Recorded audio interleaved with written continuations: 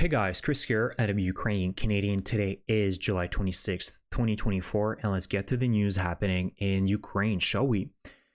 Let's talk about Crimea, because Crimea continues to be a sunk cost for the Russians, and overnight, the Ukrainians struck again with 4 ballistic ATACMS missiles in Saki military airfield. So this is a very recurrent situation. Every other month, this military airfield is struck. And it's been confirmed by pro-Russian sources that they lost an ammunition depot and also a radar complex slash air defense system was destroyed. Likely it was the S-300 air defense system, considering that this is the most popular that the Russians have.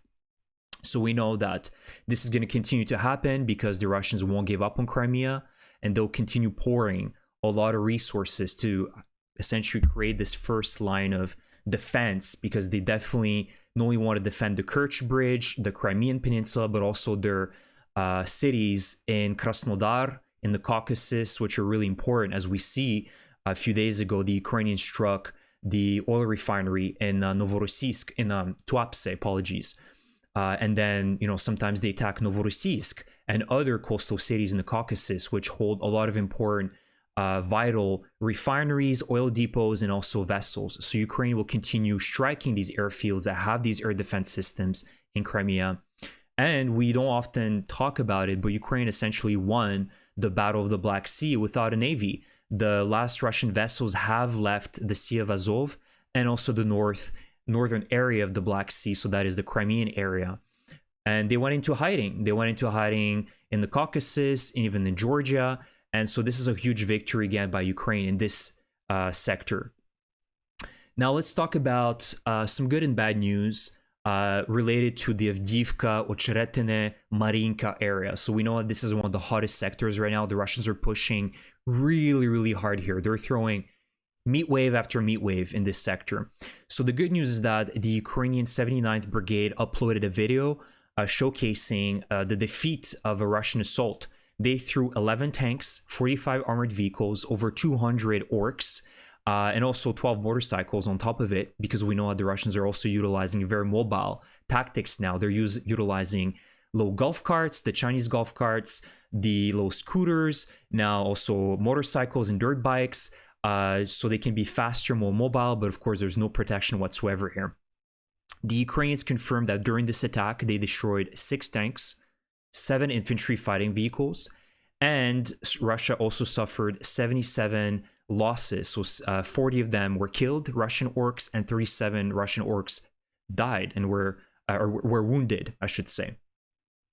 And so we can see that in certain sectors, the Ukrainians are very good at defending.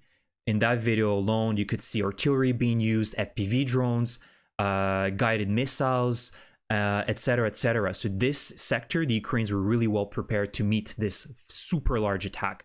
However, in the north, that's not the same situation. So that is north of Ocheretine. And in this sector, this week, there was some bad news related to a Ukrainian units that had to withdraw from Progress. So that is just a little bit further away from Ocheretine, where there was ineffective command and lack of resources for them to defend this area, and they had to withdraw chaotically because their commander did not give the order to withdraw. And if we look on the map, just so you guys can visualize that, this is the problematic sector. We've talked about it many times in the past, and I've said it that we need to anticipate more Russian gains here. They have a momentum. The Ukrainians do not have lines of defense, and they need to rely exclusively on villages and settlements to continue kind of withdrawing and then fortifying somewhere. They don't have any trenches or dragon's teeth or something like that. So unfortunately here, the Russians will continue advancing. And so the area that we were talking about is Progress. So this sector where the Ukrainians had to completely withdraw from this sector, because in the north and the south, the Russians started putting pressure and they didn't have the choice. So this also illuminates and showcases that not everything is going well within the Ukrainian military, and there's still a lot of issues with command, proper preparation of the brigades and battalions in terms of equipment, experienced soldiers, and so it's really necessary to make those changes as quickly as possible, because Ukraine cannot allow such situations to happen in the future, because Ukrainian lives really do matter here. They're not going to be fighting a Russian style of assault or defense where they're just going to continue throwing soldiers like meat. This is not how Ukraine wins this war. So unfortunately, this sector, you know that there's New York, there's the Progress area now, so north of Ocheretine, where the Russians are exploiting these weak Ukraine units, whether they're inexperienced or they don't have good leadership or they don't have enough equipment to fight. And so they continue pushing in these sectors where they know that, well, they don't care about their losses. Maybe these units were well prepared to meet 1 or 2 waves, but not for the third one. And so this is where Russia is really beating Ukraine, is by just throwing as much meat as possible. And as we see, when it comes down to Kurakhove, where you have a very well prepared brigade that is experienced, has the weapons, knows how to operate, they can meet them easily. Or Vuhledar, you know, the Battle of Vuhledar, where the Russians have for almost 2 years now been trying to take this city. The Ukrainians are super well coordinated, and they know how to meet the offensive, the Russian offensive. But here, because Ukraine continues to throw in experienced units, it's very difficult. And of course, the lack of weaponry in certain sectors is also problematic. But, you know, things are not critically bad. And I think it's important to also talk about certain situations that are problematic within Ukraine. And I'm not trying to paint here always, you know, beautiful pictures about Ukraine. And I hope you guys can respect that. So this is the bad news I want to talk about. So that kind of covers the problematic northern Avdiivka sector, where we know that the Russians are fighting a bunch of weak spots. They're capable of penetrating a little bit. And their goal is, of course, to really cut off and have fire control, which they technically do have almost on the Pokrovsk, Mirnograd, and Chasiv Yar highway. This is really important because this brings them closer and closer to the Donetsk administrative borders. So Ukraine really needs to stabilize the situation to also help out the boys around Kurakhove here, around Marinka. So let me know what you guys think about my comments here in this, with the good and the bad. Now, last but not least, we need to talk about Russian terrorism.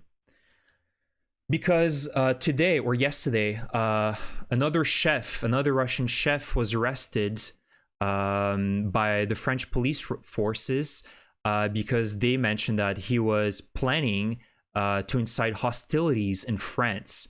And the only reason why they found out, well, they might have found out either way, but perhaps longer, was because he went on a bender and he started bragging about, you know, how important he is and how he's going to start an operation in France, and that led to his unmasking. So the person here is actually, it's not mentioned his name. I didn't paste it, but either way, it doesn't matter what his name is. He's a loser, and most likely that this was a Russian citizen that moved to France. You can see that he had aspirations to become a chef, and he has been living in France for the last 10 years, for over 10 years. And he probably was just a regular idiot, Russian idiot, that was recruited by Russia to conduct terrorist attacks in France, especially during the Paris Olympics. And this is one of multiple examples where Russia continues with its terrorist operations, not only in Ukraine, but in Europe and outside in the West. And they find regular people and useful idiots to recruit to do the dirty deeds for them, where they can just say, well, we don't know who he is. He's a French national, a French citizen by now. But we know that they have deep ties with Russia. And you can see that here's more examples. You remember last fall when Hamas launched their attack in Israel, a few weeks later in Paris, there was a bunch of Stars of David being painted on Jewish businesses. And then what we found out is that it was a Moldovan couple that was arrested, and they mentioned that they were hired by the FSB. Another example was most recently in June, a Russian Ukrainian injured himself in the face while trying to build a bomb that he would use in a Bricorama store. So this is a hardware store in France to make it explode, essentially. So here's 3 examples of where Russia essentially had been trying to initiate a terrorist operation in France alone.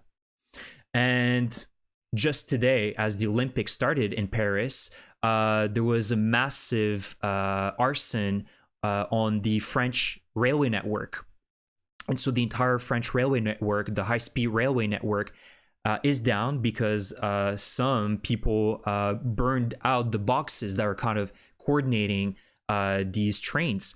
And one has to wonder if Russia could have been behind it, or would we be surprised if that was the case? I wouldn't be.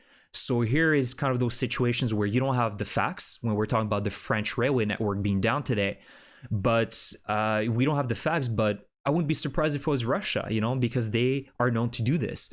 So we need to be very careful with these Russians that are in the West, portraying themselves as, you know, faithful to the West, and yet they can be easily recruited by Russia. And you can see how easy it is for them to just hire some, you know, nobody, you know, groom them, and then force them to, or convince them to do an operation, a terrorist operation in the West, whether it be in France or England or the United States or elsewhere.